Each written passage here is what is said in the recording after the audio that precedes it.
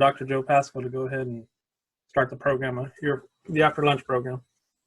Okay, Marco. So rather than really just talk about fertility or reproduction, I thought what we'd talk about is a couple of topics. One is about heifers and one is about bulls, and kind of roll that reproduction topic into those two separate topics. And so we'll kind of get started with that, assuming I learned how to operate my slide changer here. There we go. Okay.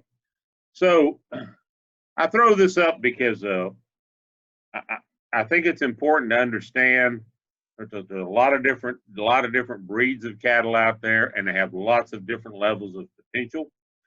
And so this is a chart that was put together by a colleague of mine, Steve Hammock. And so Steve on the left-hand side over here, he put all these different breed groups together. So we know we have 70 or so different breeds of cattle in the United States. We really only have about a dozen or so if you think about in terms of registration. But so he sort of grouped them as the sort of a similar kind. So he's got British cattle, that would be like Angus and Hereford. And then he's got continental beef. And so this would be, for example, Charolais and Limousin. And then he's got continental dual purpose. So good representatives of that would be Simmental and Gelbvieh. So they produce both meat and milk. And then dairy cattle, Holsteins and Jerseys. Bos Indicus, the only Bos Indicus breed really in the United States is Brahman. And then he's got the American, and the American breeds, what they are, those are breeds of cattle that have Bos Indicus or Brahman and others. So Beefmaster, Santa Gertrudis, Cimbral, Brayford, Red Brangus, those cattle would all fit in this American. And then what he did is he said, okay, in terms of looking at these 8 different types or 8 different production, where do they fit? So body size, milk potential, age at puberty, whether or not they're hot climate adapted. Do they easily flesh? So are they adapted to, if it got dry, would they be able to survive? Muscle expression and cutability. So those two things are, you would think muscle expression and cutability go hand in hand, but what cutability says that, okay, even if they have a high level of muscling, if they have a high level of fat, they'll have low cutability on a carcass. And then the other one is marbling. So we'll just pick on the British side, okay? So, you know, Angus and Hereford cattle, believe it or not, are pretty high in terms of body size. So if you're looking to increase body size, we used to think we had to go to continental cattle, but now we can go to those British cattle. They're pretty big. In terms of milk production, it's sort of low to moderate, but really in terms of milk production of all the breeds, they're low to moderate. Within the Angus, we can find some pretty high milking individuals. Age at puberty is another example. So early, okay, to moderate. Hot climate adapted, well, British cattle are not very hot climate adapted. Fleshing ability, they do get fat pretty easy. Muscle expression is sort of average, but because they have high fleshing ability, they get fat easy, and they have relatively average muscle expression, they're low in cutability. And then if we look at marbling, yeah, we know that they're moderate to high. And you can kind of compare that to looking at the American breeds. So remember, this is Cimbron, Brangus, Red Brangus, Santa Gertrudis, Beefmaster, those breeds. You can kind of see how they sort of fit. And that's the reason why we actually developed those breeds, is because we wanted them to have combinations of the breeds in front of them. Now, the real reason why that's important is because that's the variation that you can select from in those breeds when you think about replacement heifers or bulls, okay? But here's what you have to think about is, okay, how can we cross those? And that's what this chart shows. So across the top, these are sire types, and over here on the left-hand side, excuse me, those are breed types from cows for the females. And so anywhere you see an M, that says that cross makes a good market animal. Anywhere you see an R, that means that cross will make a good replacement animal. So in most of the United States, okay, except where it's warm and humid, a British by British. So this could be an Angus on a Hereford, would make both good market animals and good replacement animals. So and even they could be Hereford by Hereford or Angus by Angus and still be the same. Now, if you had a Bos Indicus sire breed type, say for example a Brahman on British, we know that those make excellent replacement females. All right. In terms of a feeder animal, a market animal, not so desirable. Okay. And that's mainly because they don't gain as much, gain as well, and they don't grade as well. The Brahman guys are working on that. But right now, in terms of comparison to, say, British or Continental, okay, we're just not there yet. If we look at the American types, so remember what the American types are, Santa Gertrudis and Beefmaster and Brangus and Cimbrough, okay, we can use American sires on British females, and we can make really ideal market and replacement females. And in fact, if you look down this American column here, there's as many use for American sire breed types in commercial heifer production as there are British. So they fit almost every one of these types of cows over here, with the exception of a straight Bos Indicus, because we put too much Brahman into that female. So that's how you sort of read this chart. So if you're looking to make a good crossbred female, then you're looking for R's. And that's what we're talking about today. So here's a whole bunch of different management practices. So several years ago, in fact, well, actually 26 years ago now, the National Animal Health Monitoring System asked producers all across the United States, what sort of management procedures, what sort of management practices do you use on replacement heifers? And so this is just a summary. We're not going to go through all these, but we're going to talk about some of these. But one thing I want to call out to your attention is this body condition score. Only about 1 out of 20 people use body condition scores to manage their replacement heifers. And that was 25 years ago. We've been talking about body condition scores for a long time, so hopefully it's better than that. But look at pregnancy testing. 16%, 1 out of every 6 people pregnancy tested their heifers. And you think that that's surprisingly, there was a survey done just a few years ago that shows that only 60% of farmers and ranchers pregnancy test any beef cow on their place.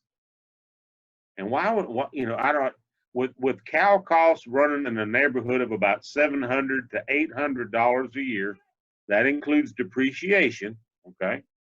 But $750 to $800 a year is what it costs to run a cow in Texas. Why would you ever run a cow that didn't have a calf in her? Why would you ever feed a cow, do anything to a cow that wasn't going to give you a coupon? So we're going to talk a little bit about selecting and developing replacement heifers. And I'll tell you that my personal and professional opinion after 35 years is that unless you've got a bunch of cows, and a bunch, I mean maybe 200, I'm not sure that it pays to raise your own replacement females. Now that's different if you're a purebred guy. But if you're in a commercial operation, it might always behoove you to go find good replacement females and buy them from somebody else. And I realize it may not be exactly the same genetics or exactly the same herd health program, but in terms of what you pay for those females, when you develop them yourself, I just don't think that there's a benefit unless you've got lots and lots of cow numbers, because you have to have separate pastures for those cattle. You've got to breed them to a separate kind of bull, have different health and management issues than your regular cow herd. And to me, it's sort of like making hay. I don't make hay anymore. I buy it because I have to have a separate field that I have to keep my cows off of and develop it for hay alone.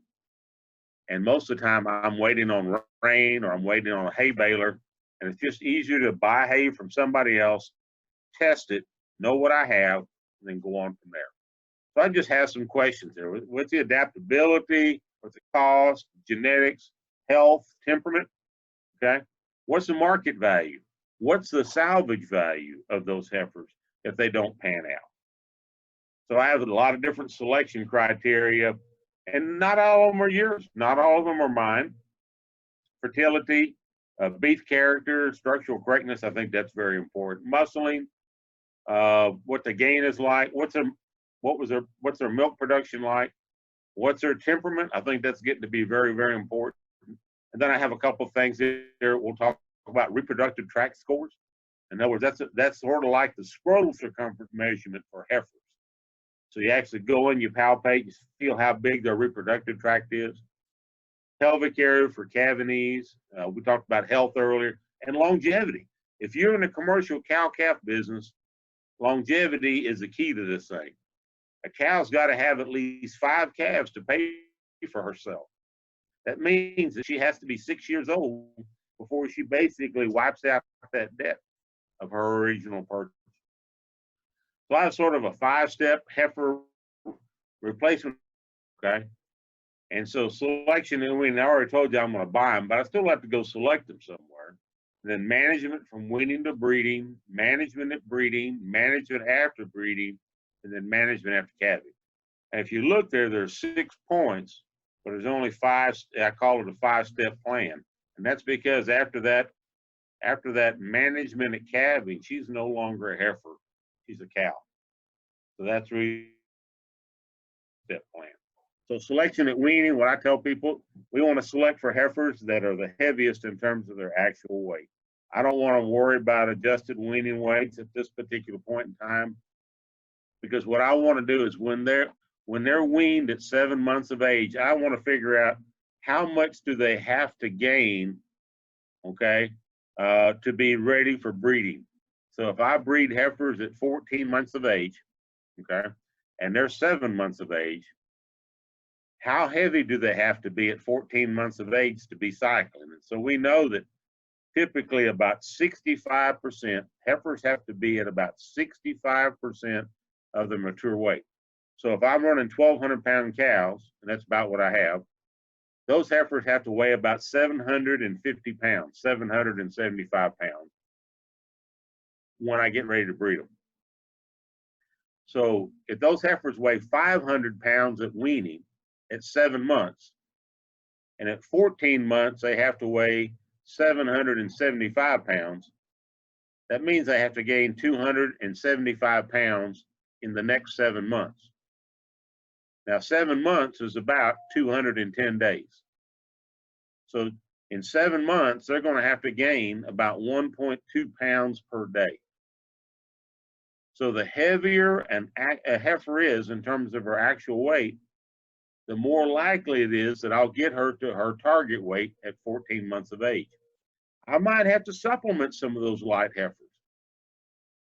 And if I supplement heifers, what I want to do is I want to break them into 2 groups. I want to have a heavy group and a light group.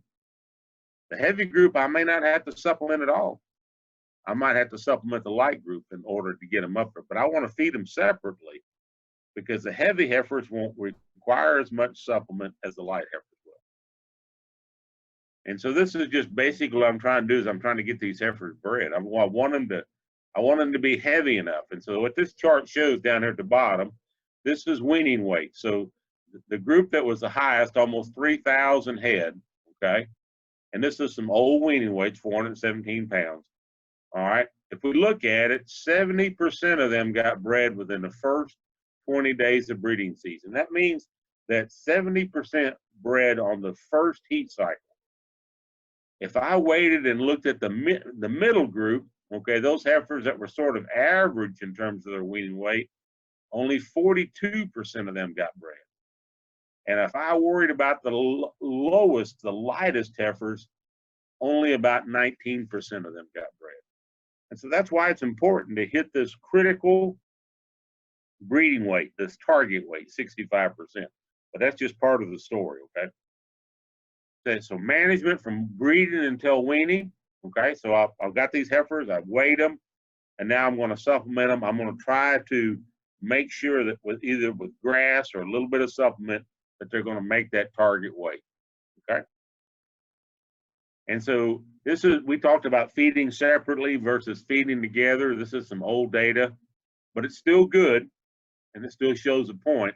of whether or not we fed heifers separately or together. And so we had two groups of heifers fed together and fed separately. We had a set of light heifers that were fed together with a set of heavy heifers, and another set of light heifers that were fed separately with a group of heavy heifers. And what we did down here is you go down and look, here's our projected weights for all those heifers. All right, 65% of their mature weight was right here. And the actual weight of the light heifers fed together with the heavy heifers missed it by almost 100 pounds.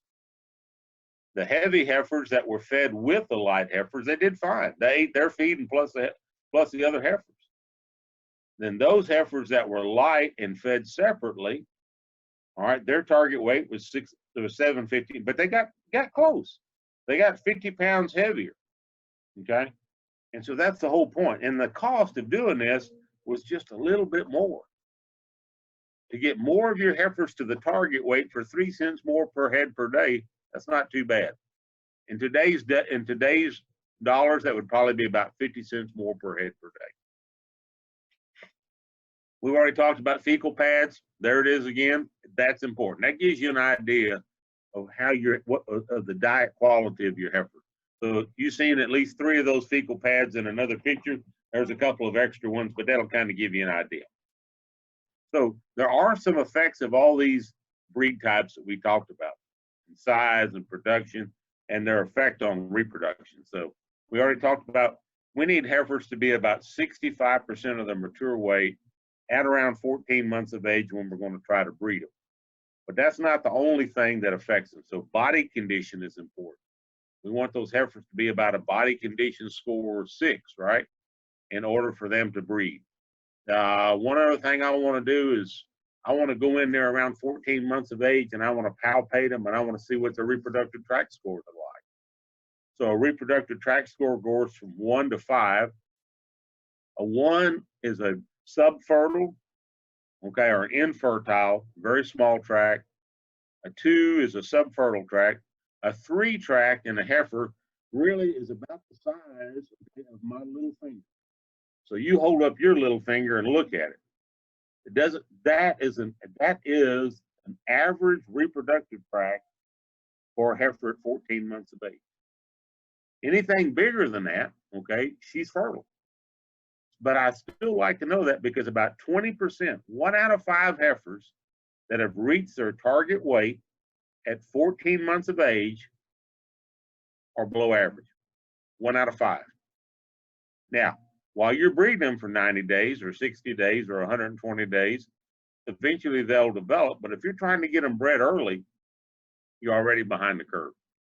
Heavier milking breeds, so Simmental, Cimbrough, okay, Gelbvieh, Brahmans, Brahman cow, Brahman crosses, Brangus, those kind of cattle, they'll reach puberty a little bit early and be a little bit more fertile. Crossbreeding also helps a lot, right? Hybrid vigor helps quite a bit. And typically Bos indicus exhibit puberty, Brahman cattle exhibit puberty a little bit early, a little bit later. We have to worry about fat deposition. So lots of times, you know, I know that there's some show heifers that are out there and they're hard to get bred because they've gotten really fat. So what about breeding? So management breeding, what we want to do is maintain body condition score and reproductive tract score. I like to breed those heifers about a month before the cows. That gives me an opportunity to spend time at calving, paying attention only to those heifers. So yesterday, for the Texas and Southwestern Cattle Raisers Association, we did a Zoom meeting for them talking about calving difficulty. So if you're a member of Texas and Southwestern Cattle Raisers Association, you can go to that recording on their website and look at that. But so I want to spend some time. I want to be able to concentrate time worrying about those heifers.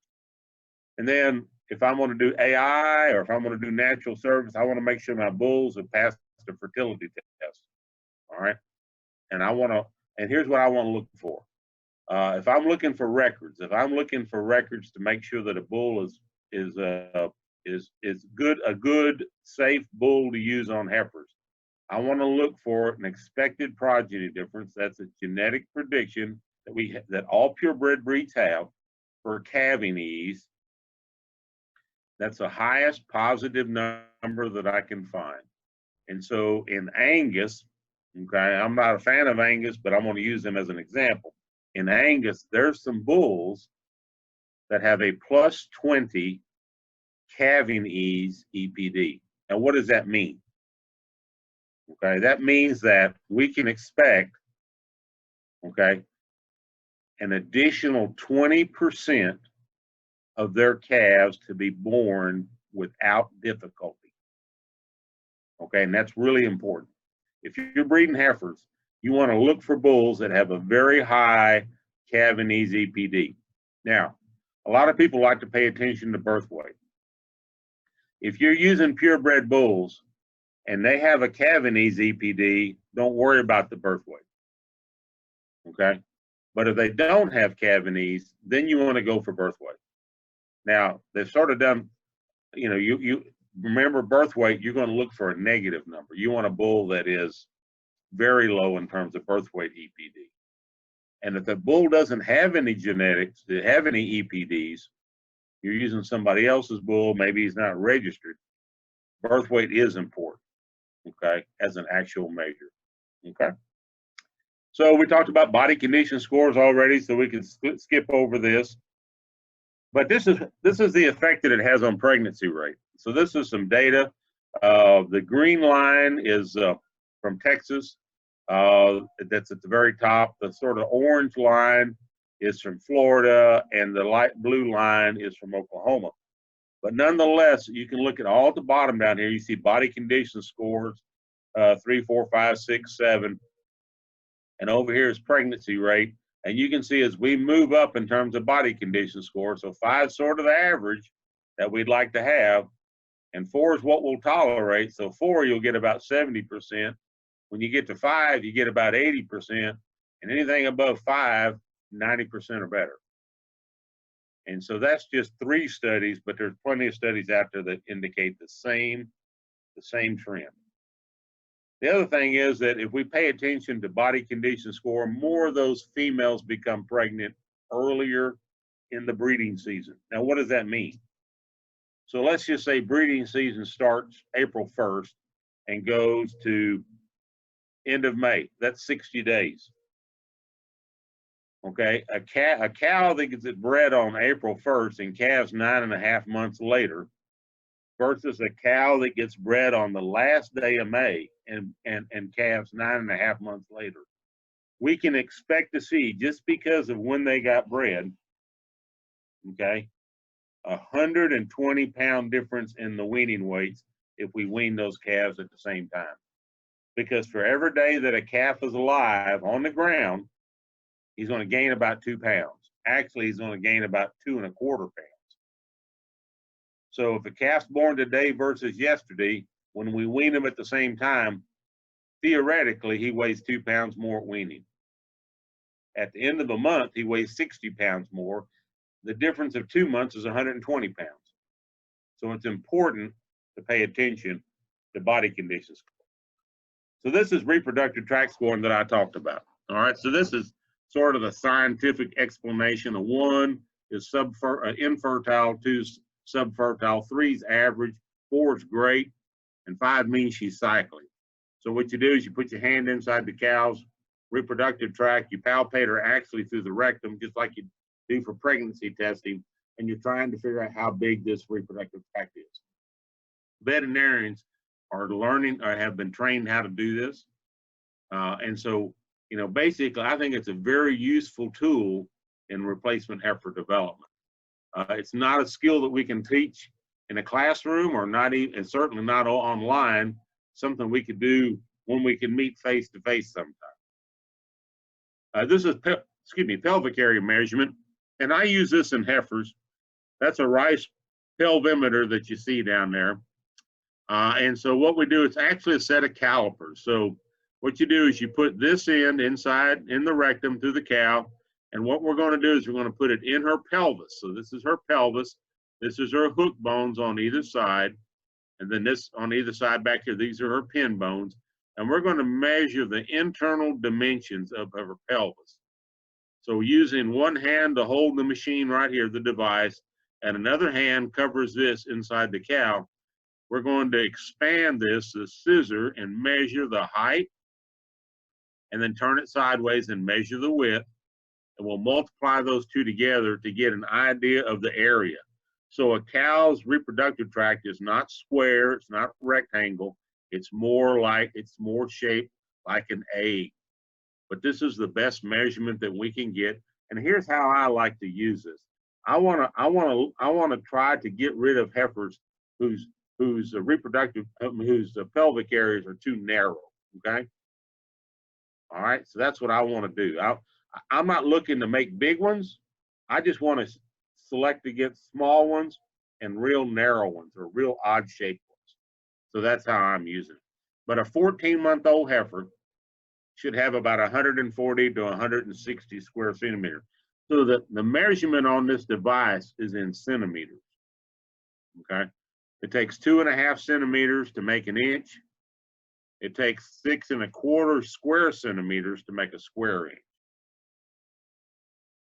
So management after breeding, I got these heifers bred. So this is what one of my heifers would look like. You guys that are wondering what my cows look like. So originally, they were Beefmaster cows, and I put Charolais bulls on them after a while, and I generated a cow that looks sort of like this one back here. And then the last couple of years, I put Red Angus on them, and so this is a half Red Angus, 1/4 Beefmaster, 1/4 Charolais. And now I've gone back to Beefmasters because I want to add a little bit more. I want to take a little bit of that hair off of them and put a little bit more for a cow. But that's what mine looked like. This happens to be a Brayford cow down around Goliad County. So after about 60 days of breeding or whenever, I want a pregnancy test. I want to keep only the pregnant heifers, or I'll try to figure out a way to get those other heifers bred and either market them to somebody else. About 60 to 90 days before calving, I'm going to pull those heifers up so I can start watching them.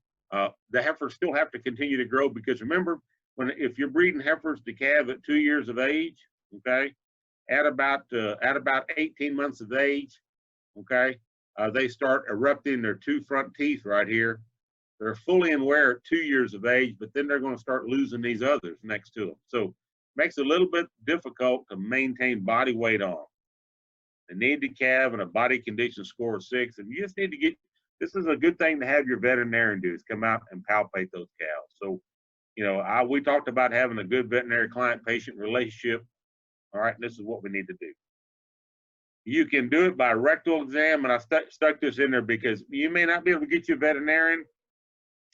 You can actually do pregnancy determination by blood test and ultrasound. Blood test, there's actually 2 that are out there. It needs about 2 cc's of blood. And there's probably another day that we can talk about that, or you may be familiar with it. But IDEX and Bioprint are the 2 companies that are out there. You can actually ship the blood off, and they can have the results to you. So you may not be able to get them palpated, but you can always do a blood test. And you can visit with Vidal, or you can visit with Marcus and get the information.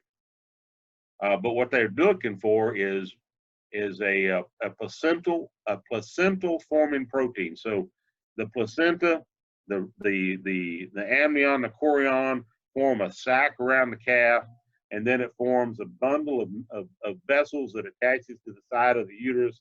So that placenta, there's a protein there, and with that protein's present in the blood, the cow's pregnant or the heifer's pregnant. All right, and it can detect this at about 35 days. And this is sort of what a report looks like. This is an old report that I got back, it looked like 2014, so it's been a while. But essentially, so you label the tubes and it tells you whether or not they're pregnant or open. And Bioprint is a company that I've used for a long time, but IDEX does a really nice job as well. Some veterinarians, this is IDEX here, some veterinarians are using an ultrasound probe. This is Dr. Randy Stanko. Randy is a reproductive physiologist down at Texas A&M Kingsville, and we do a lot of work together. And he's actually got his arm in a cow, and instead of palpating like you normally would do, he's got a little probe, and he's doing an ultrasound scan. And again, you can do it at about 35 to 45 days, pretty early. But you can also do some other things. So you can actually look and get an idea of how old it is, how big it is. If you know anything about it, you can determine whether or not it's a twin or whether or not it's male or female. But it is expensive equipment to buy. Using your hand, most veterinarians will charge you about $10 a head for palpation. If you use a blood test, it's about $2.50 for the actual test, but you're probably spending a couple of dollars for equipment because you need a separate test tube and a separate needle and syringe for each animal, and you have to mail it off. So you're spending a little bit of money, but typically this type of work, the veterinarian does a lot of it. They're probably charging between $10 and $15 a head to do it. This is sort of what some of the images look like. So what we're looking for, this is remember that the cow has got a reproductive tract that actually has sort of like two horns, like my hands right here. So we've got two horns, and so we're looking at a cross section of that horn, and of course it's hollow unless it has a pregnancy in it. So that's what a 35-day pregnancy looks like, a 25-day pregnancy, excuse me. Just a little dot. It's implanted. Implantation occurs at about day 10 to 14 of pregnancy. So that's all fluid filled, and that is the embryo right there. Here's a 35-day pregnancy, and what they've actually done is they're measuring it so you can actually determine how long it is. All right. Here's a 50-day pregnancy, a 43-day pregnancy, and here's a 100-day pregnancy. And what you see here, this is the femur bone. So that calf is already the size, okay, of a small cat. All right, actually a large rat, a very small cat, like a kitten. And so what you're actually seeing there, you actually can't see the entire fetus like you do here at 50 days. You just start seeing bone structure. All right, management at calving. So here's one of my Charolais Beefmaster cows down here. And so, get them up so you can check on them. You need to check on them 2 or 3 times minimum. Early in the morning, late in the afternoon, maybe evening, and at night. Okay? Get them up where you can actually help them. You get them in a trap if you need to help them. And you need to maintain body condition. So you look at this heifer right here. She's about a body condition score 5. When a cow or a heifer calves, she'll lose a body condition. And so it's really important that they do not calve in a body condition score 4 or lower. I would prefer that they calve in at least a 5 or better, because that means that they'll have enough energy to go through calving and they won't get tired. They'll produce a lot of colostrum, a good quality of colostrum, okay? And because they're in good body condition, they will go back, what we call a process of reinvolution. So when that calf is born, think of a 40-gallon black plastic garbage sack. That's how big her uterus is, okay? And what it has to do is that it has to go back to something about the size of this water bottle, okay? That process is called reinvolution, all right? And cows that are in better shape, better body condition, can do that in 45 days or less. A cow that's in really poor body condition, it may take her 60, 75, or 90 days to do that. And if you're trying to have a calf every year, every 365 days, if gestation length is 280 or 285 days, you only have 80 to 85 days to get that cow to rebred. Now, the estrus cycle in the cow is about 21 days, from one heat cycle to the next. So that means that if she has to go through reinvolution after calving, you've already lost 35 days, maybe 40. So now you only have 40 or 45 days left for her to get bred, to get back in the cycle to have a calf within a year. That's 2 estrus cycles. So it's critical for these cows to be in good body condition, okay? Rebreeding management, well, first calf heifers, now they're cows, and maybe not be in good shape. Okay, here's one of my Shar Masters right there. This is an experiment that I tried using some Angus bulls. I didn't really like the black Angus. That's the reason why I went back to red Angus. Went to red Angus. You know, if you're a little short on feed, you get into a dry period, it's okay to early wean those calves. I would not recommend feeding cows a whole bunch while they still have a calf on them, because if you got any ear in your cattle whatsoever, they're going to produce a lot more milk. It's better to feed the calf directly like a creep feeder, or to just wean those calves at about 3 months and feed them separately or sell them. If it were to get dry and you've got a bunch of 3 or 4 month old calves on the ground, I would go ahead and pull the calves off, because that's like getting rid of about a third of your cows in terms of nutrient requirement. The whole idea is to get these cows to rebreed. So remember that functional cows don't have to be pretty. So, you know, this is a really nice set of a lot of Brayford cows, high dollar Brahman Hereford cows. And this is just sort of a common, you know, Southeast Texas swamp angel. Got a lot of Brahman in her. She got a lot of age. In fact, when I took that picture, that cow was 16 years old. She'd had 14 calves. One of these 2 calves, I have no idea which one it is. One of those 2 calves right there is hers. So if you look at what she is, and you look at what these gals are, and you look at these 2 calves, you can tell she got a whole lot of maternal ability in her. Didn't make any difference what she looked like. She's going to produce a good market calf. So I'm going to stop right there, Marcos. We have any questions? And we'll move on to bull selection unless we have a question or 2. Well, the chat is clear right now. I don't know if anybody has any questions.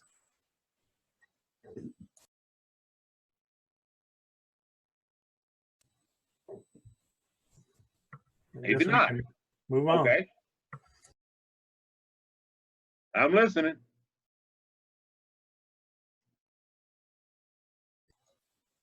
No, I don't think we have any questions. Okay. So, and once again, you will get all these. I sent PDF files to Marcos, so you'll get all these slides.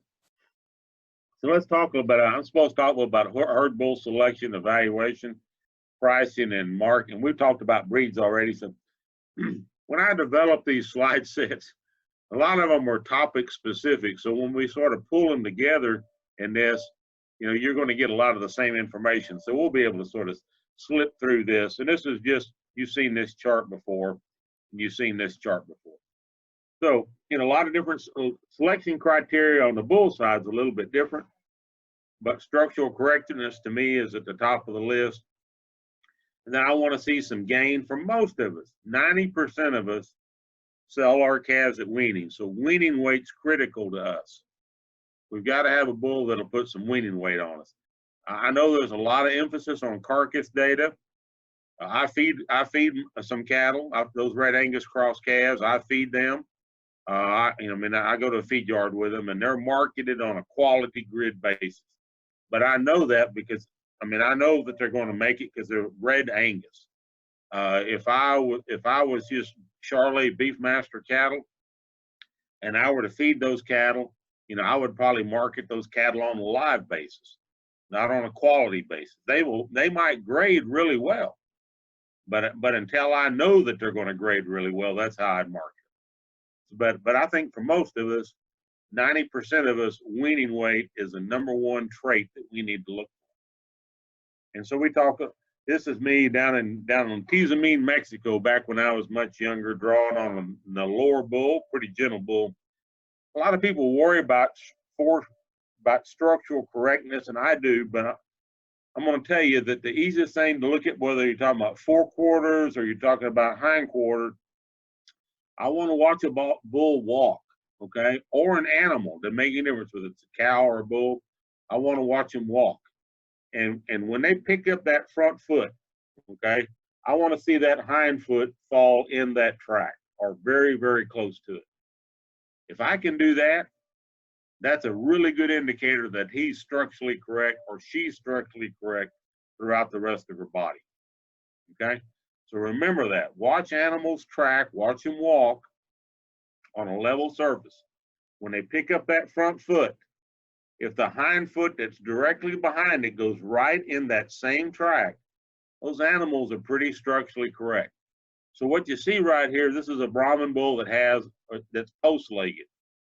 All right, so if we were to watch this bull track, we would see this leg right here, this foot, that hoof right here, would fall behind the track of that front foot, because it's physically impossible for him to bend that leg to make it reach up there and fit that front foot's track.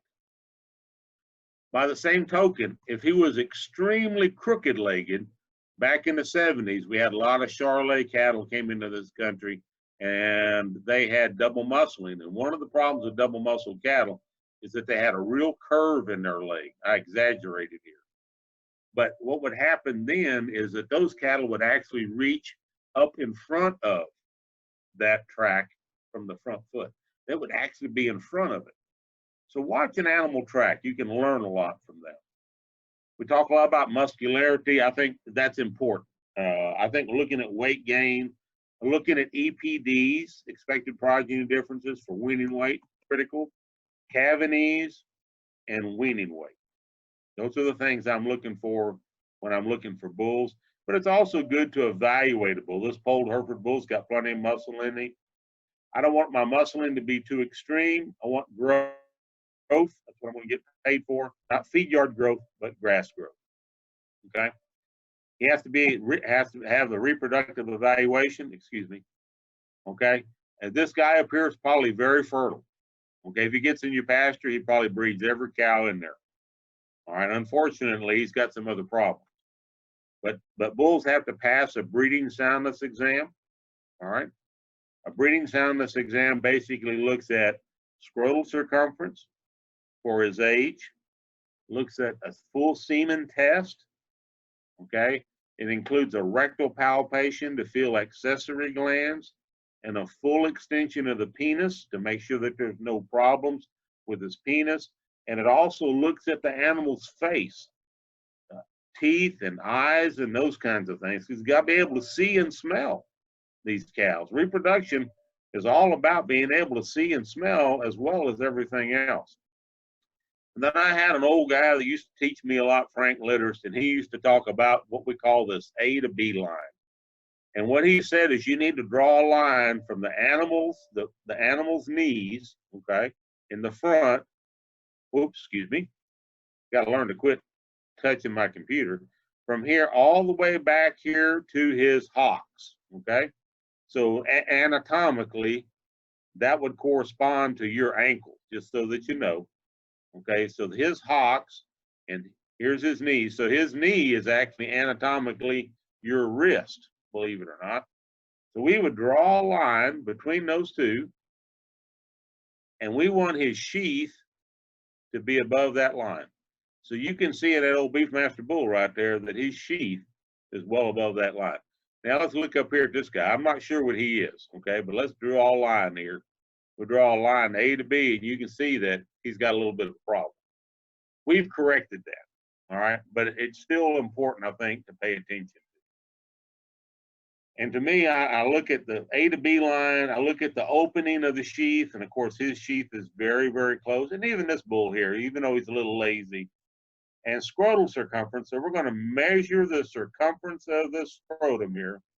And at about 12 to 14 months of age, it should be about 34 centimeters. So we're looking at an opening about that big, not very big. Now we do know that Brahman cattle have a little bit smaller scrotal circumference. Generally, that is a problem with them passing the BSE because the BSE includes scrotal circumference. If they don't have the adequate scrotal circumference, they don't pass. But to me, if a bull excels in everything else and he's got normal semen and a good quantity of semen, I don't think that him missing scrotal circumference by 1 centimeter or 2 centimeter means that we have to cut his head off. But if you buy a bull like that, you have to understand that he didn't pass his BSE because of that. So here's what some normal sperm cells look like. Here are some what we call secondary abnormalities or immature sperm cells. These are primary abnormalities, and you can see here we got a curved tail, we got a broken tail here. Remember this guy right here, he's got to swim, and he's going to swim 7 or 8 inches in a relatively fast period of time. Once he's deposited in the cow's vagina, he's got to swim through the cervix and up the uterus, up the oviduct. He's got to, and about half of them are going to go up one oviduct, the other half are going to go the other, so we're going to lose half of those and find that egg, and there'll be millions of them attacking that egg. And so we need to make sure we have as many as possible. Down here, we don't have any. So that's why it's very important to get a full ejaculation to evaluate. Sometimes a young bull will not give you a full ejaculation. Sometimes he won't give you any. All right. Sometimes a bull will have a really poor ejaculate, like right here, and a week later you can come back and he'll have a great one. So don't give up on a bull just because he's got a poor or a very low quality. Come back, give him a rest, and try him again. So here's an example of scrotal size. To me, scrotal size is really an indication, on old bulls is an indication of volume, but on young bulls, it's an indication of rate of maturity, okay? So for example, a bull that has a 34 centimeter scrotal circumference at 14 months of age is very adequate. If he's got a 36, that means he's a little bit faster maturing, that's all. It means he's going to have a little bit bigger scrotal circumference. A lot of people have said, well, you know, bigger scrotal circumference is a good thing, so I need to select for bigger and bigger ones. The problem is that you start to have some other issues because height and weight are tied to scrotal circumference. So if you start selecting for larger and larger scrotal circumferences, you get bigger and bigger cattle. And in some breeds, we don't need to worry about that. We don't need bigger cattle. Now he's passed his BSE, you turned him out, you need to make sure he does his business, okay? So we talk about breeding ratios, and typically in pasture situations, you can use a bull 1 to 25 to 1 to 35 cows. I've seen some situations, one bull's been used to 45 cows, but in the brush, maybe 1 to 20, 1 to 15 may be just about right. The thing is, a bull can mate a lot of cows and breed a lot of cows in a day. So on any given day, about 5% of your cows are going to be in heat. So if you have 100 cows, all right, on any given day, 5% of those cows are going to be in heat. Okay. Today, you might have 5 in heat. Tomorrow, you might have 6. The next day, you might have 4. But on average, about 5% are going to be in heat. And so that's a good way to sort of look at your females, your replacement females, and get an idea of, you know, how many bulls do I need? A bull can breed 3 or 4 cows a day successfully for several days. But that doesn't mean I just need 1 bull for 50 cows. Here's the other thing to consider is that if this bull is a dud, goes bad on me during the breeding season, and I don't know about it, I won't figure it out until I preg check. So it's always important to err on the side of caution, have a few extra bulls than you actually need. So, you know, if I have 20 or 25 cows, I may have to get by with 1 bull. All right, but I need to make sure that he's breeding. On the other hand, if I have 30 or 40 cows, I might think about 2 bulls just to be on the safe side. We'll talk, this is a expected progeny difference, and really, when we talk about selecting bulls, nowadays almost every breed association has a genetic evaluation that has this information. And it's not a way to predict the weight. It's just saying, okay, if we look at 2 bulls, we look at their expected progeny difference for weaning weight, and this bull is plus 20 pounds for weaning weight, and this bull is plus 10 pounds for weaning weight. It means that this bull's calves will be 10 pounds heavier out of our cows than this bull. That's what it means. Okay?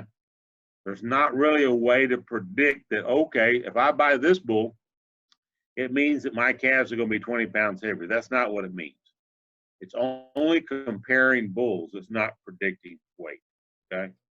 So they're based on accurate records. Okay. And that's the whole purpose of these. And what I'm going to try to do is get here to an example. So whole bunch of traits. We've already talked about calvinies.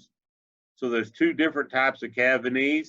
If you're buying a bull and you're looking for bulls to breed heifers or cows, you want the sire's cavities, which we call direct.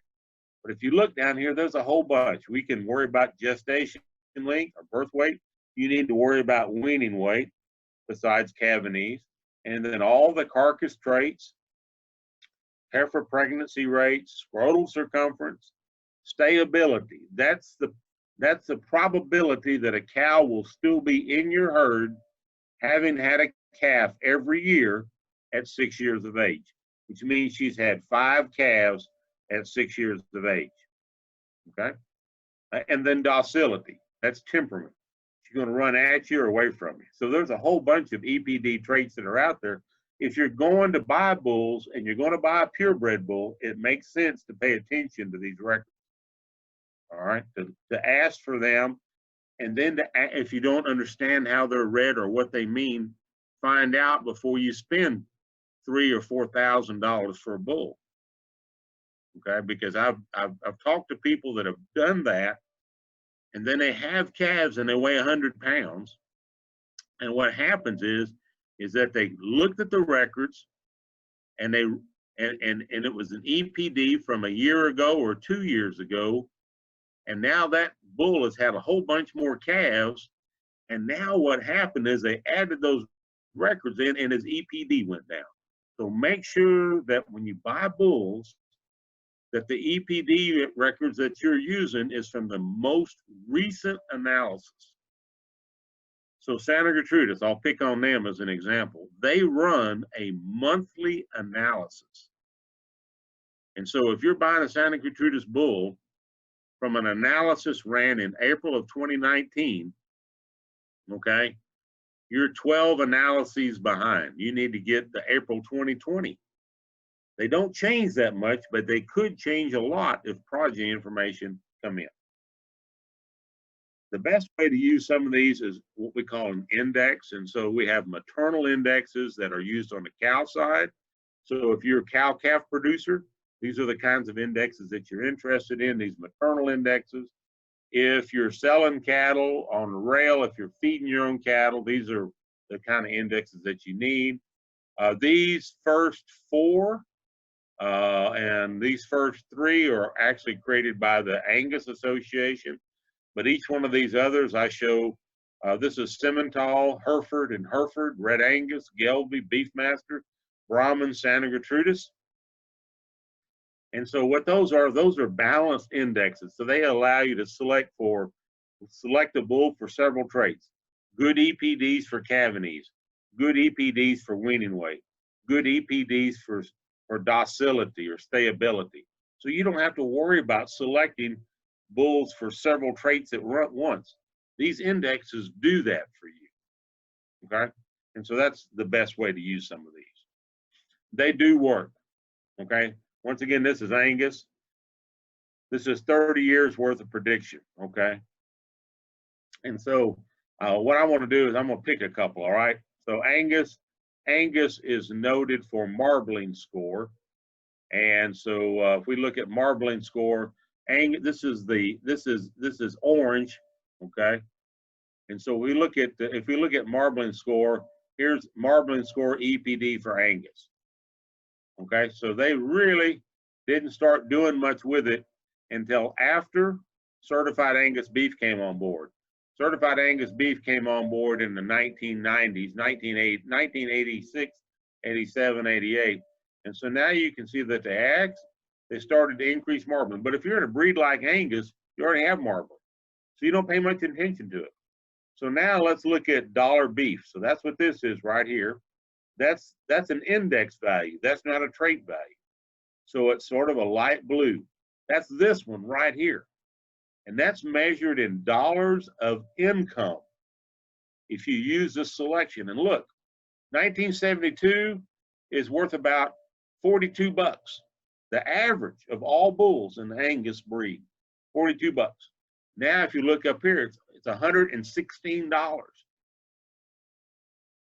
So selection works. EPD selection works. Index selection works. So use them when you select bulls, if your breed has them, if that breed has them. We also collect the DNA. Okay, so some breeds are using what are called genomic enhanced EPDs. I hate that term. Just call them EPDs. What we've done is we've looked at the genotype. We've done a genotype. We've sequenced that animal. We've looked for good genes and bad genes. But most importantly, we've looked to see how related that animal is. And so without, it's sort of like a cell phone. I've got a cell phone around here somewhere. If I held it up to you, I'd say everybody's got a cell phone, right? How many of you know how well the darn thing works? Nobody does, right? We just know it does. We know that when we dial the house number that our wife, okay, or our girlfriend or our husband's going to pick up the phone, right? In my case, it better be my wife. Anyway, so I know it works. I don't have to know how it works. And that's the case with EPDs, and that's the case with this DNA. Know that it's useful, it's a good tool, it improves our genetic evaluation. Don't worry about how it works. But if you're involved in it, this up here at the top, this is a blood card. These are hair follicles, and some of them actually use an ear punch. So, but do not just worry about the genetic test. EPDs are what's important. And in order to get good EPDs, we have to have good weights. So this is actually from Santa Gertrudis, as I recall. And so this is some of their traits that you see across the top. All right, so birth weight maternal, these are the birth weight of heifers, birth weight of the sire, weaning weight, yearling weight, milk production. Now that's not actual pounds of milk produced.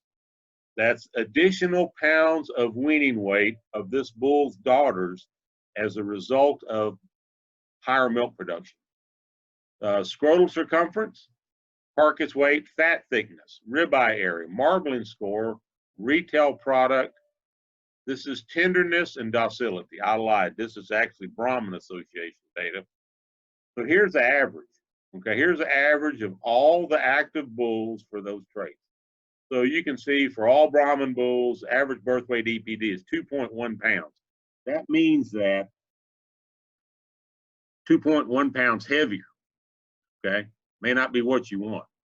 And if you come down and look, these are percentages. So this is basically ranking a bull. Let's just say, for example, if I'm looking at EPDs, I want a bull that's in the top 10% of birth weight EPDs. So here's what I'm going to do. I'm going to find this chart on their website. I'm going to find my darn error here and just, there we go. So here's the top 10% right here. If I'm looking for a bull that's in a top 10% birth weight, he has to have a birth weight EPD of 0 or less. Okay? So his birth weight, so the top 10% of bulls has to have a birth weight EPD of 0 or less. It has to be 0 or negative. All right? Now, if I want a bull that's in the top 10% for weaning weight, what do I have to do? Here's a top 10% for weaning weight. For weaning weight, he has to be 30 pounds or heavier. 30 pounds or heavier. So that's how this works. Let's just say, for example, I bought a Brahman bull the other day, let's just say, and he has a plus 10 for yearling weight, and I think I hit a home run. Okay? So plus 10 for yearling weight. Where does that fit? So here's yearling weight. He's plus 10. So I'm going down yearling weight here. Yearling, oh no. Here's what he fits. He fits somewhere between the 85th and the 90th percentile. That means that there's 85 bulls better than he is in any group of 100 bulls. Okay? So when you go to look for EPDs, you need to figure out where the average is. And here's the average. So these numbers up here are average. Here's the average right here. Average is 50%. So in order to be better than the average bull, he's got to be better than the 50th percentile. He's got to be above that 45th, 40, 35th, 30. Okay? It's very important. To me, we've overemphasized the use of EPDs without explaining how to look at where those bulls fit in that breed. Okay? Talk a little about ultrasound real quick, because some breeds are still using it, and I think it's a very useful tool. Rather than feeding cattle and hanging them up on the rail and getting their carcass information, particularly for bulls, that's not very productive if you're trying to sell them. It's using ultrasound. Basically, it's like sonar, okay, to detect submarines. And so what it does is it looks at, and this is the ribeye area here. So instead of having a carcass right here, you've got this ribeye area. You can measure the ribeye area. You can measure fat thickness. And there's actually a program that'll measure marbling, okay? And so, you know, if that's a value to you, that's how you use it. But for most of you, we're going to be selling weaning weight. So let's just real quickly talk about bull management. And this is one of my most favorite ads. Okay, and I probably should quit showing this, but I would really wonder what they're selling here. Okay, really good cattle, but a black and white ad. I think there's a lot of eye appeal there, but it doesn't tell me much about the cattle. But so it's just been sort of one of those favorite ads I've always shared. Breed's important because you want to know what kind of breed that you're going to have. What's the market acceptability for your calf? You know that all the breeds went black. Why did all the breeds go black? Because that's what the market thought that, you know, that would be a great way to market cattle. They were all black that all become certified Angus beef. Only about 1 out of every 8 animals that's accepted in the certified Angus beef program actually is stamped with a certified Angus beef. So much for the black hide, right? Because they still have to grade in the upper 2/3 of choice. Color or color pattern. We've got some breeds that are running away from color, right? They want to be solid red. They don't want to have paints. All right, that's single trait selection. All right, but again, I understand that they're trying to narrow their market. Bloodlines, performance records. To me, performance records are really the key to pricing bulls. If you go into certain breeds today and you look at those bulls that have the best EPDs, they are still bringing the highest prices. And that's the way to price bulls, in my opinion, is in terms of performance. Okay. Young bulls. So there's a couple of young bulls, a young Brangus bull and a little bit older Brangus bull, 2 different bulls. You know, they need to be developed slowly. We don't get them fat. Sometimes we put bulls on bull gain tests, like we have in the lower Rio Grande Valley. Vidal and his colleague Ponce and the others, you know, Omar run that with a group of breeders, Larry Sidebottom and others. That's great. We don't develop those bulls real fast. You know, they grow slow. We get performance information on them. That's the way to do it. Do it on pasture, do it on feed, but don't go too hot, don't go too fast. Just acclimate them. If you have young bulls, you can turn them out with older bulls. Make sure we're sort of balanced. Don't put a young bull out with 2 older bulls. Young bulls are generally cheaper. Okay. They don't have as much value. They don't have as much money into them developing them. They may not have as good a records. Okay. But they do cost less. The genetics are still there though. Okay. If you pay attention to the EPDs, the genetics are there. Managing beef bulls, this is one of my, there was actually some Scotch Highlanders. That's what these beasts are right here in Alice, just east of Alice. And I have a picture of them. They were in a stock tank and all you could see was their nose and their horns. They look like alligators out there on a hot August day. They actually have two levels of goats. They're not very acclimated, obviously, not for our part of the world. But purchase and acclimate early, bring them in 30, 60 days before breeding season. Do not put them with the cows right away. Isolate them, you know, kind of let them break if they have any sort of disease or any sort of issues. Young bulls particularly put out with a small number of cows. typically we talk about a cow for every month of age. So if I got a 14-month-old bull that's passed his breeding soundness exam and he's ready, I can put him out with 10 to 14 cows. Okay. If I got a 2-year-old bull, I can put him out with 24, 25 cows. Pretty easy. Okay. And watch for supplementation. You know, things get dry and hot, not much to eat. Reproduction's energy intensive. Don't forget to maintain those bulls. Okay. We doing all right? Any questions? Nothing on the chat so far.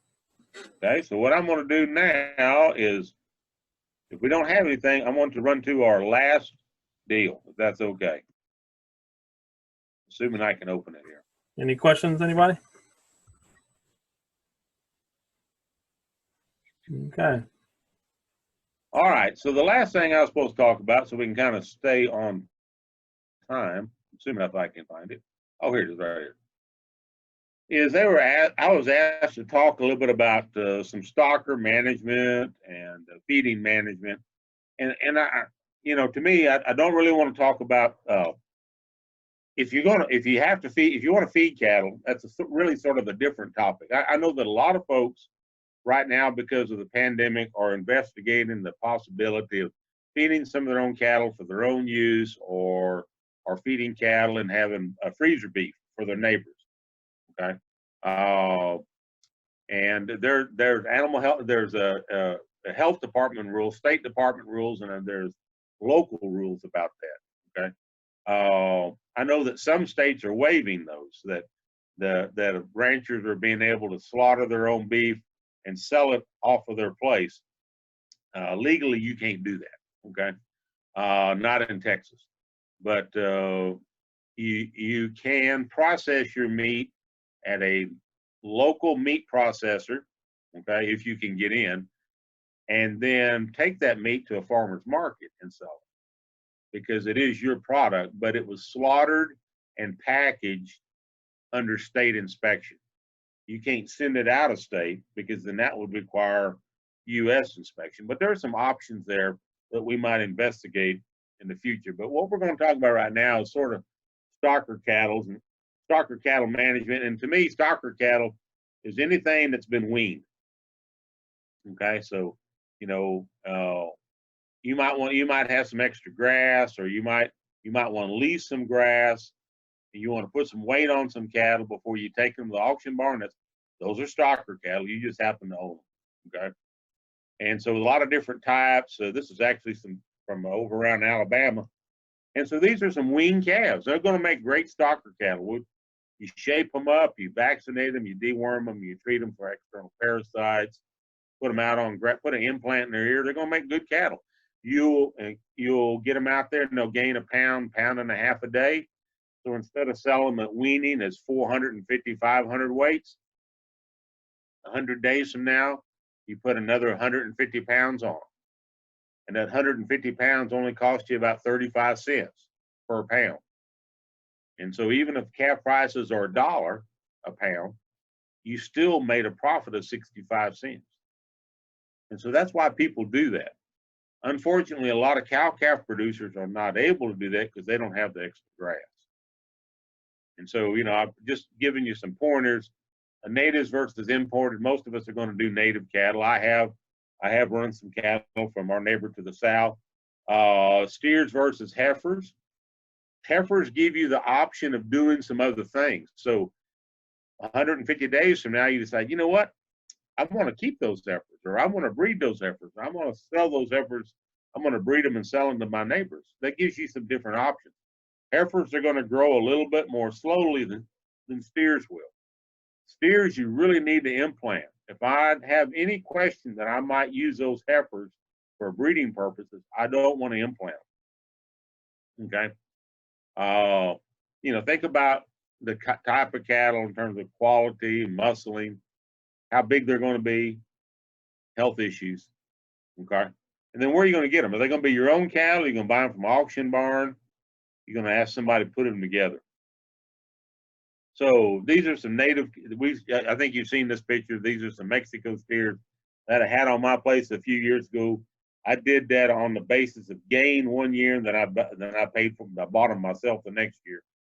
But so they're branded, they're vaccinated, and they run out on grass for 180 days.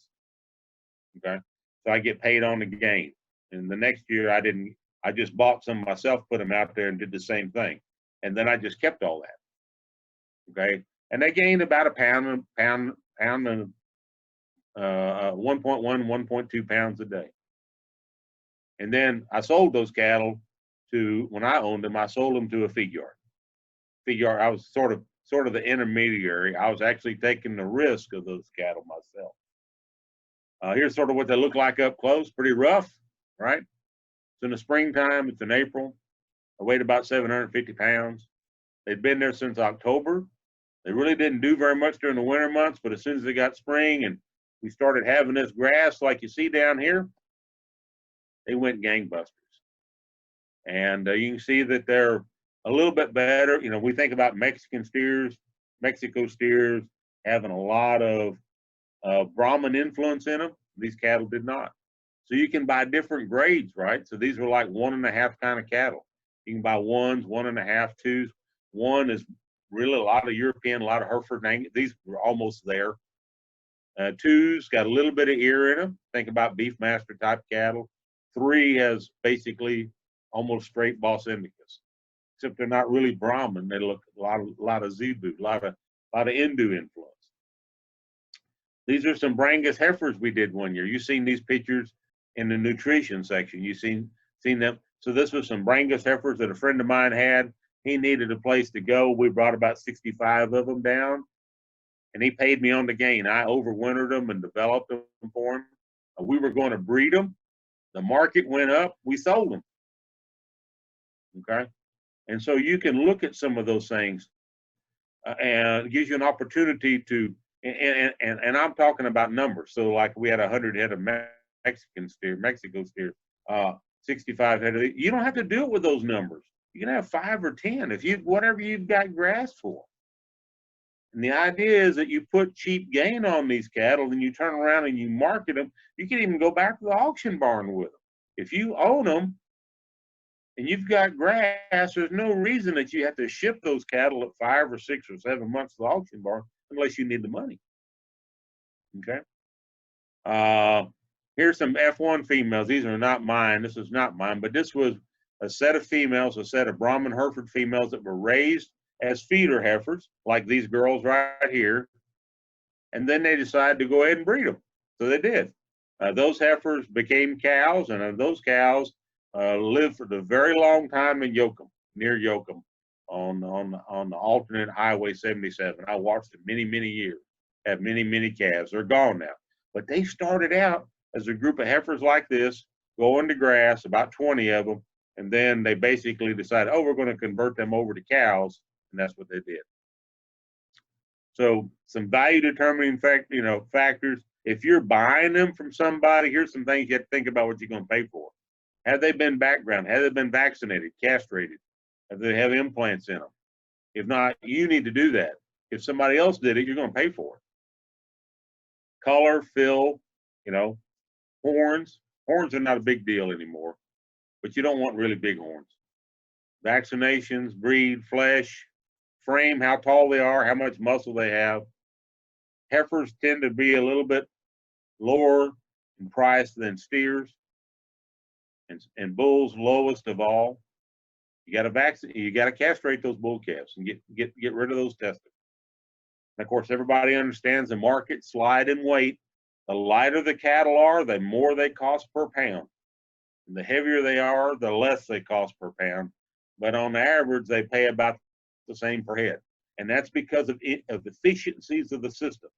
That light calf is much more efficient at gaining than the heavier calf is.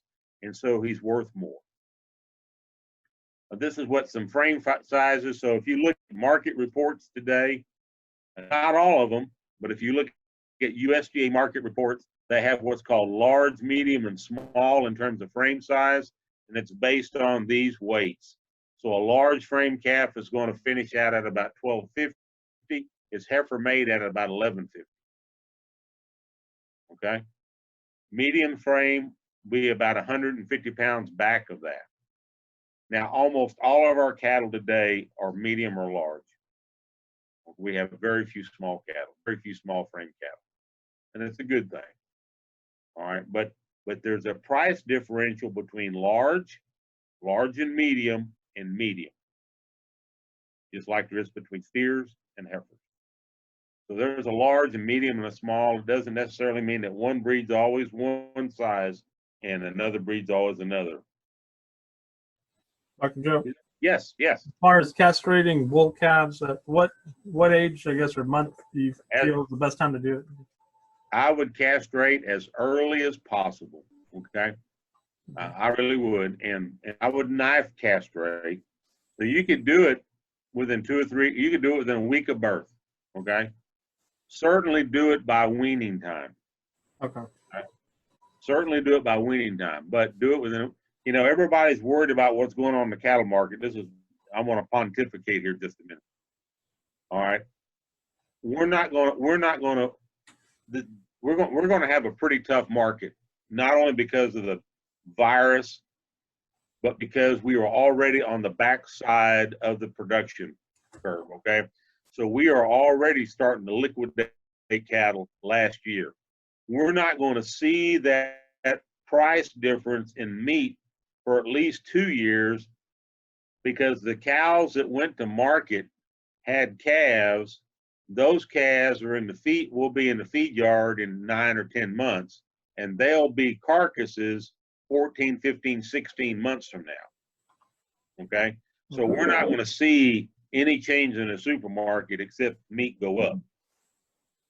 Part of that's because of the virus, so not because of anything else. But the meat prices are going to remain high for a couple of years because we've got a lot of meat to go through. But cattle prices are going to start to drop. They already have dropped. They're going to continue to drop. But I mean, they were already dropping before the virus got here. And so we need to pay attention to doing the little things that make our cattle more valuable. And one of those little things is castration. And to me, implanting those steers. Less than 10% of us implant our calves. And to me, that is $1 down and $10 in your pocket kind of thing, maybe $20 in your pocket, because implants help promote growth. Castrating steers is worth at least a nickel, $5 a hundredweight, and probably will be $10 a hundredweight. We used to use Revelor on the show steers. Is there any particular brand on the implant? On calves, I would use either Cinevex C or Ralgro. I'm a Ralgro fan myself, mainly because it's 3 pellets instead of 4. The pellets are smaller, and the gun's made out of metal. I can't screw it up. Oh yeah. Yeah. So yeah, absolutely. Thank you.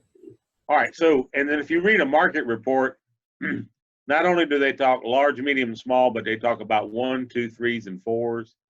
And so typically most of our cattle are going to be right here, a 1 and a 2. We'll see some 3s and 4s, but I'll show you a market report in a minute. So most of our cattle that we deal with today in South Texas are 2s.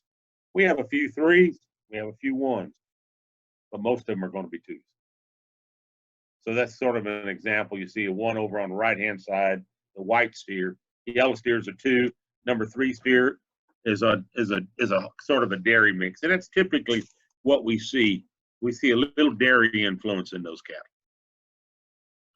So we talk about quality. You can see a little difference in these two heifers. Okay, a little difference. You know, to be honest with you, there's nothing wrong with this steer right here. If he's bought right, okay, he'll make money. There's going to be a lot of people looking for this steer, and so he's going to be worth a lot. You're not going to make nearly as much money with this guy as you will with this guy. But you got to treat this guy right. You got to implant him. You got to make sure he gains. Okay, you got to sell him live. These guys right here, is going to be a lot of competition. That's going to drive the price up. Okay, same thing happens right here in these heifers. So there's going to be a lot of competition for this heifer. She's a nice Charolais heifer. She might go as a replacement female. She might go as a feeder heifer. This girl right here, nobody's going to want her for a replacement heifer. She's going to go as a feeder heifer. She's not nearly as flashy flashy. Okay. And so look for buys. If you're going to go buy cattle to do this, going to go buy 5 or 10 or 100. Okay. Look at the kind of cattle that you want and make sure that you sort of adjust, because yeah, these cattle are pretty. I'd love to have a pasture full of those cattle, but I might be a little embarrassed to have a pasture full of these, but those are the ones that are going to make the money. Okay. Same thing here. You know, this is a pretty nice black baldy. There's going to be a lot of competition for that heifer. Okay. This guy right here, he looks a little bit like a gutted snowbird. All right. But he might just be lacking groceries. She might get out there and really push a little bit. She's going to have some value as a replacement female because she's a black baldy. She's sort of straight Angus. A lot of people out here don't want her. All right. She may not work, but nonetheless, think a little bit about outside the box. I had a classmate of mine that got a PhD in nutrition, and I thought he would make a great teacher. What he became was an order buyer for himself. And what he did is he went down to all auction barns there in Central Texas, around Bryan, Navasota, through Brenham, through that, and he bought junk cattle. And he straightened them out, and he made money with it. But he knew what he could pay for. So you got to have some forage, all right? You got to have that forage. You got to know what the production of it is and do rotation, those kinds of things. Okay. Just pay attention to those are the details that you got to have. Here's a winter pasture. Okay. So what you have right here, this is KR blue stem, and this has got some guinea grass and some buffalo grass in it. All right. That's okay. That'll work. But this is a coastal Bermuda grass pasture. Okay. That's actually what my pasture looked like before the drought. Okay. After the drought, it looked like that, right? Had a lot of invasive species, but that's what it looked like at one time. That's great stuff. High quality diet. Okay. This is the highest quality. I never planted my pasture to oats. Doesn't work very well sometimes in South Texas or in the valley. Maybe if you got irrigation, but that's mainly from Victoria north, a very high quality pasture. Pay attention to supplementation. Now, stockers, I don't want you to feed them. Okay. But there's a couple of supplementation tips. One is a good mineral out there. Okay. Salt and a good mineral.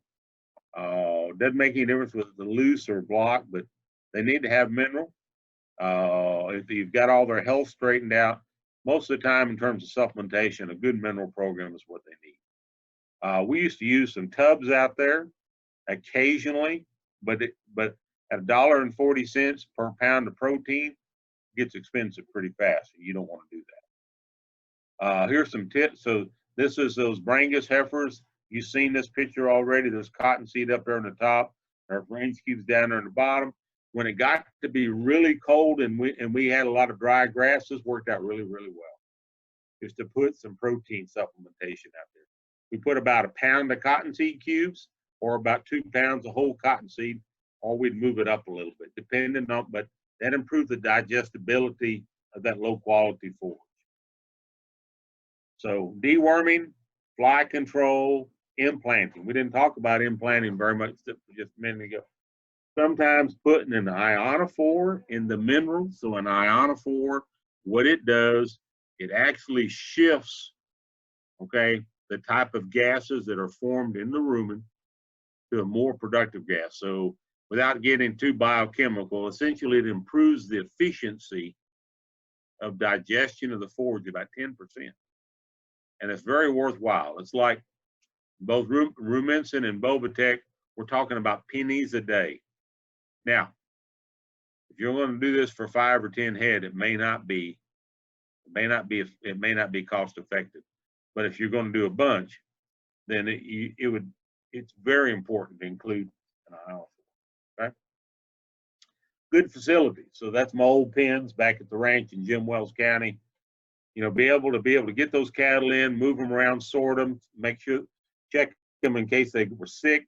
Okay. Do whatever you need to do. You got to have good pens. You got to have good facilities. All right. And what you can't do it with a bed spring crush. But, you know, if you got a dozen head or 5 head and you're doing this and you're working them through your regular cow facilities, absolutely. I can see how this will work. And water, good clean water. Don't let them water out of a mulga somewhere, okay? Okay. Better, we know that cattle perform better with good water, and that's very, very important. They're going to lounge around. They're going to cool. This is actually some red Angus cattle that were that on a August, July day near a feed yard that were just cooling off. They weren't really drinking that, but we know that that's got all kinds of crud in it, plus minerals and stuff that they don't need. If you're going to run an operation like this, clean out your water troughs, okay? And of course, then health is very important. Be able to recognize diseases. You want to be able to recognize those calves before they get sick and treat them. And of course, this is where the expensive deal comes in. If you buy cattle that are already backgrounded, they're probably straightened out, but you paid for that. If you buy cattle from an auction barn or you keep your own, you have to vaccinate them and then treat them if they get sick. If they're your own cattle and you didn't buy them from an auction barn, likely you're going to have less health issues. Okay? Still going to have to vaccinate them, but you'll likely have less health issues than if you buy them from an auction barn. So just keep that in mind. These are just some things to think about. And then look for problems, okay? So, yeah, we had some cattle didn't know what cattle guards were, okay? And I had cattle guards all over the place, all right? So this white steer calf right here, he broke his leg in a cattle guard. My stupid mistake. So we roped him. You know, I could absorb a death loss. Okay, so that's one of those steers from Mexico, okay, that weighed 750 pounds. He weighed about 350 pounds, maybe 400 pounds at that point. We roped him, we threw him down, we got some one-bys, and we splinted his leg, okay? And I saved him. I could lose 2 calves, okay, before they started to become mine. And so it was important not to lose calves, not even to shoot one with a broken leg. And you might say, well, man, that's kind of crazy, Joe. But yeah, but that calf would have been $300 or $400 out of my pocket. So just things like that. And then driving around one day and I saw one of those Mexico steers. And here's what he'd done. He stuck his head to a tree right there, standing right there in a fork of a tree, probably scratching himself.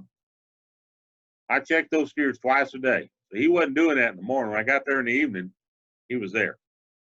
Now, he wasn't drawn up. He hadn't been there very long.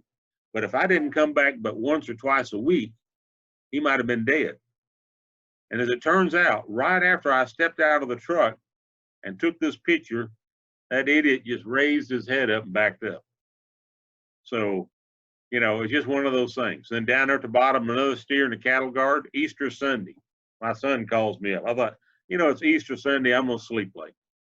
He calls me up and says, hey, Dad, we got a steer in the cattle guard. So I thought, well, okay. I said, well, here's what you need to do first off. I said, you need to go down to the barn and get all the plywood you can find, get the hot shot. On the way out there to the ranch, I stopped at the little stop and rob there in Orange Grove, and I bought a bunch of Crisco oil, okay?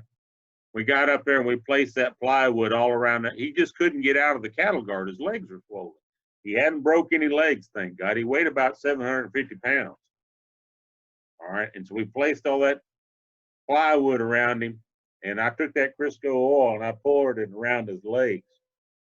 And then I said, okay, everybody get out of the way because I'm fixing to give him a little juice here. And I hit him with that hot shot, and everybody's seen the road runner. He jumped up, his legs sort of spun like that, and then he was gone. And you just never know what kind of problem you're going to run into when you have steers, because that's the way they are. And then down there at the bottom, that's just a broken water line. So here's some thoughts, okay? So here's how you do this. Whether you're cattle or you're buying cattle or whatever, you know, figure out when and at what weight those cattle are going to go in. Well, so this is a current livestock market report that you can access at that website right there. So I picked the 550 pound cattle. I said that they were worth about $160, $160 a hundredweight, maybe a little bit less in the valley, maybe a little bit more in the panhandle. But let's just say that. And they weighed 500 pounds. So they're worth $800 today. That's not including transportation. That's not including vaccination or anything. That's just what they're worth right now. And then I went and looked at the April futures because I'm thinking about, they're not weaned yet. All right. If I wean them sometime this summer, then I'm going to graze them till April. April futures is about $1.30. Maybe it be less than that today. I did this a couple of days ago. I went to the futures and said, okay, those cattle are worth about $1.30. If they go off, okay, they're going to weigh about 770 pounds. I shrink them back a little bit, 3% shrink. So when I do all that math, they're going to be worth what that number is right here, $968.50, más o menos. So the difference between $800 and $968.50, that's what I have to work with. That's a $168.50 bill that I can pick up off the ground. How much of that I can keep depends on how well I prepare those steers and my pasture management and a little bit about what's going on in the market. That pays for your grass, your vaccinations, any medicine, any trucking to your place or to somebody else's place, any deads you have, any interest on that money, any mineral, any supplement labor. Okay, it doesn't sound like very much. All right, that's $160 for holding those cattle for 270 days. But that's $160 on an $800 investment. Now do the math.